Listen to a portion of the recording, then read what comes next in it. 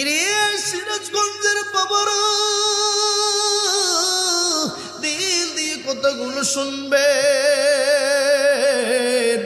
আমি আর কোনোদিন আসতে পারবো কিনা বাজান কোনো গ্যারান্টি নেই।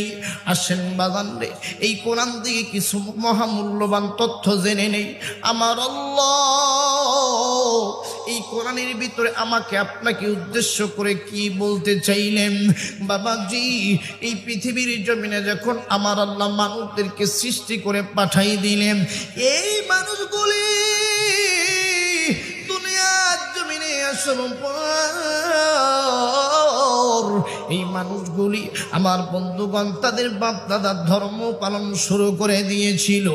আমার আল্লাহ ডাক দিয়ে বললেন, এই মানুষগুলো ধীরে ধীরে গোমরাহের দিকে যাচ্ছে।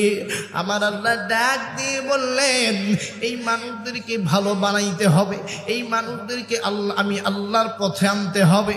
আমার আল্লাহ